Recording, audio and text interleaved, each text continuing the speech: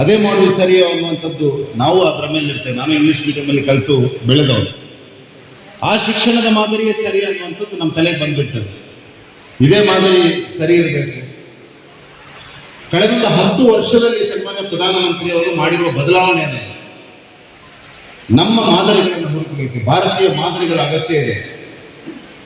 ಆ ಸ್ವಾತಂತ್ರ್ಯದ ಆಧಾರದಲ್ಲಿ ಹೋದ್ರೆ ಮಾತ್ರ ಭಾರತ ವಿಶ್ವದ ದೊಡ್ಡ ಆರ್ಥಿಕ ಶಕ್ತಿಯ ಕಡೆಗೆ ಏನು ದಾಪುಗಾಲು ಆಗ್ತಾ ಇದೆ.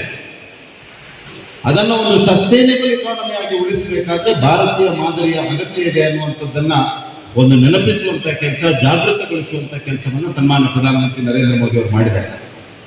ನಾನಿದನ್ನ ಈ ಸಂಘಟನಾ ಸಭೆಯಲ್ಲಿ ಯಾಕೆ ಉಲ್ಲೇಖ ಮಾಡ್ತಾ ಇದ್ದೇನೆ ಅಂದ್ರೆ, ಸುಳ್ಯ ವಿಧಾನಸಭಾ ಕ್ಷೇತ್ರವನ್ನು ಸೇರಿಸಿಕೊಂಡು ದಕ್ಷಿಣ ಕನ್ನಡ ಜಿಲ್ಲೆಯ ಎಲ್ಲ ಮಂಡಲಗಳಿಗೆ ಆ ಸುಳ್ಯ ಮಾಡೆಲ್ ಮತ್ತೊಮ್ಮೆ ನೆನಪಿಸುವಂತ, ಆ ಮಾಡೆಲ್ ಆಧಾರದಲ್ಲಿ ಹೋಗುವಂತ ಅವಶ್ಯಕತೆ ನಮ್ಮೆಲ್ಲ ಕಾರ್ಯಕರ್ತರಿಗೆ ಇದೆ ಅನ್ನುವಂಥದ್ದನ್ನು ನೆನಪಿಸುವ ಒಂದು ಸಂದರ್ಭ ಅಂತ ಅನ್ಕೊಂಡಿದ್ದೇವೆ. ಅದನ್ನು ಮತ್ತೆ ಪುನರಾವರ್ತಿಸುವುದರಲ್ಲಿ ಯಾವುದೇ ನಾಚಿಕೆ ಪಡಬೇಕಾದ ಅವಶ್ಯಕತೆ ಇಲ್ಲ. ಯಾಕಂದ್ರೆ ಕಷ್ಟದ ಸಂದರ್ಭದಲ್ಲಿ ಸುಳ್ಯ ಮಾಡೆಲ್ ಸಕ್ಸಸ್ಫುಲ್ ಆಗಿದೆ. ಕಷ್ಟದ ಸಂದರ್ಭದಲ್ಲಿ ಜನ ನಮ್ಮ ಜೊತೆ ಬರ್ಲಿಕ್ಕೆ ಹೆದರ್ತಾ ಇದ್ರು. ಕಾಂಗ್ರೆಸ್ನ ದಬ್ಬಾಳಿಕೆ, ಕಾಂಗ್ರೆಸ್ನ ಆಡಳಿತ ಎಲ್ಲ ಹಂತದಲ್ಲಿ. ಆ ಸಂದರ್ಭದಲ್ಲಿ ಕೂಡ ಈ ವಿಚಾರದ ಜೊತೆಗೆ ನಾವು ಹಾಕಿರುವ ಕಾರ್ಯ ಪದ್ಧತಿ ಆಧಾರದಲ್ಲಿ ಸುಳ್ಯ ಮಾದರಿಯಲ್ಲಿ ಜನ ನಮ್ಮ ಹತ್ರ ಬಂದು ನಮಗೆ ಬೆಂಬಲವನ್ನು ನೀಡಿದ್ರು.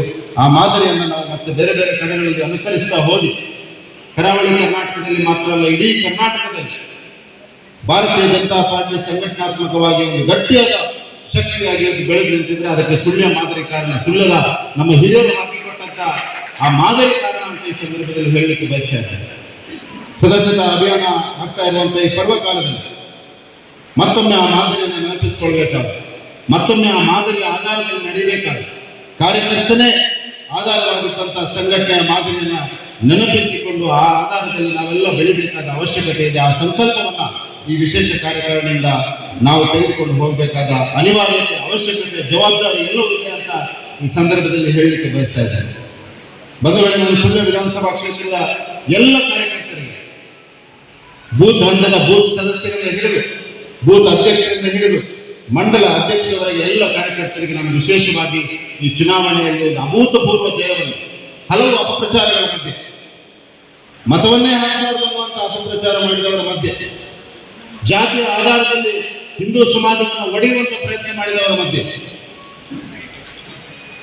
ಏನೋ ಬಂಡವಾಳವಿಲ್ಲ ನಾವೇನ್ ಮಾಡ್ತೀವಿ ಅನ್ನುವಂಥದ್ದನ್ನು ತೋರಿಸಲು ಕೇವಲ ಜಾತಿಯ ಆಧಾರದಲ್ಲಿ ಹಿಂದೂ ಸಮಾಜವನ್ನು ಒಡೆದು ವೋಟ್ ಬ್ಯಾಂಕಿನ ಆಧಾರದಲ್ಲಿ ಚುನಾವಣೆಯನ್ನು ಗೆಲ್ತೇವೆ ಅನ್ನುವಂಥ ಭ್ರಮೆಯಲ್ಲಿ ಕಾಂಗ್ರೆಸ್ಗೆ ಉತ್ತರವನ್ನು ಕೊಟ್ಟಂತಹ ಕಾರ್ಯಕರ್ತರಿಗೆ ನಾನು ಈ ಸಂದರ್ಭದಲ್ಲಿ ಕೈ ಮುಗಿದು ತಲೆ ಬಾಗಿ ಧನ್ಯವಾದವನ್ನು ಸಲ್ಲಿಸಲಿಕ್ಕೆ ಬಯಸ್ತಾ ಇದ್ದೇನೆ. ಯಾಕಂದ್ರೆ 2024ರ ಚುನಾವಣೆ ನಮ್ಮ ಕಾರ್ಯಕರ್ತರು ಮಾಡಿದಂತಹ ಶ್ರಮ ಏನಿದೆ, ಇದು ಈ ಜಿಲ್ಲೆಯಲ್ಲಿ ಈ ರೀತಿಯ ನಾಟಕದ ರಾಜಕಾರಣ, ಈ ರೀತಿಯ ಜಾತಿ ಆಧಾರಿತ ರಾಜಕಾರಣ, ಈ ರೀತಿಯಲ್ಲಿ ಪ್ರಜಾಪ್ರಭುತ್ವದಲ್ಲಿ ಜನರ ಹಕ್ಕನ್ನ ಕಸಿದು ನೀವು ಮತ ಹಾಕಬೇಡಿ ಅನ್ನುವಂತ ಹೇಳಲಿಕ್ಕೆ ಹೊರಟವರಿಗೆ ಒಂದು ಉತ್ತರವನ್ನು ನಮ್ಮ ಕಾರ್ಯಕರ್ತರು ಕೊಟ್ಟಿದ್ದಾರೆ. ಆ ಕಾರಣಕ್ಕೆ ಆ ಕಾರ್ಯಕರ್ತರಿಗೆ ನಾವು ತಲೆಬಾಗಿ ಕೈ ಮುಗಿದು ಧನ್ಯವಾದಗಳನ್ನು ಎಷ್ಟು ಸರಿ ಹೇಳಿದ್ರು ಸಾಕಾಗಲಿಕ್ಕಿಲ್ಲ ಅನ್ನುವಂಥದ್ದನ್ನು ಈ ಸಂದರ್ಭದಲ್ಲಿ ಹೇಳಲಿಕ್ಕೆ ಬಯಸ್ತಾ ಇದ್ದೇವೆ.